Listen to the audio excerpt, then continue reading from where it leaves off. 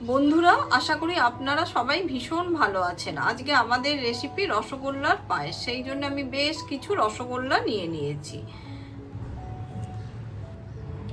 ওপর থেকে আমি কিছু কাঠবাদামের কুচি ছড়িয়ে দিচ্ছি। আপনার হাতের কাছে যা থাকবে, কাজু, কিশমিশ, কাঠবাদাম, তাই আপনি দিয়ে দেবেন।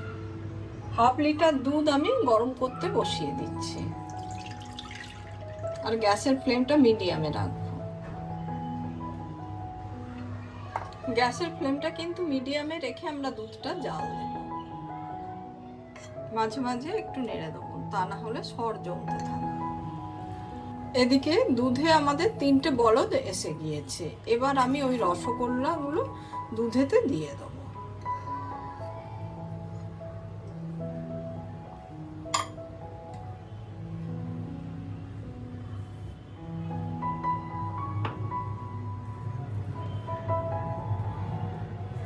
জাস্ট রসটা হাতে করে একটু চেপে নেব।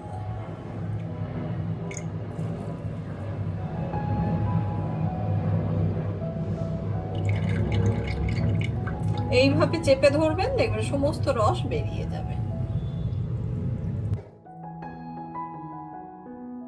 সমস্ত রসগোল্লাগুলো আমার দেয়া হয়ে গেছে। এবার আমি ছোট এলাচটাকে থেতো করে রেখেছি, সেটা দিয়ে দিলাম। আমরা কিন্তু কোনো রকমের চিনি ব্যবহার করব না। এবার এটাকে দুধেতে আমরা ফুটিয়ে নেব।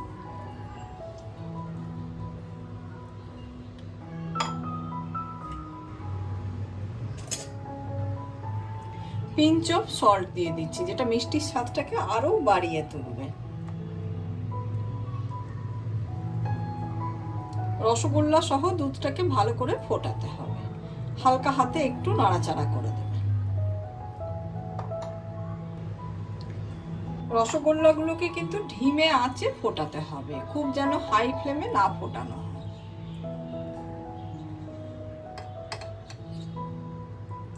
এবার আমি রোজ ওয়াটার দিয়ে দিচ্ছি।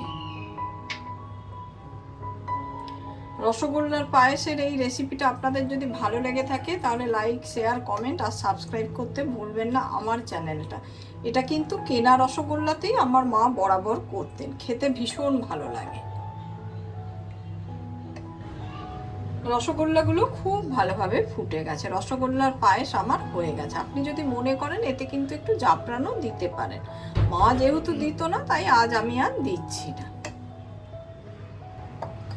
রসগোল্লার পায়েসটাকে আমি ঢেলে নিয়েছি। এবার আমি ওপর থেকে কিছু গোলাপ ফুলের পাপড়ি ছড়িয়ে দিচ্ছি, আর ঠান্ডা ঠান্ডা পরিবেশন করবে।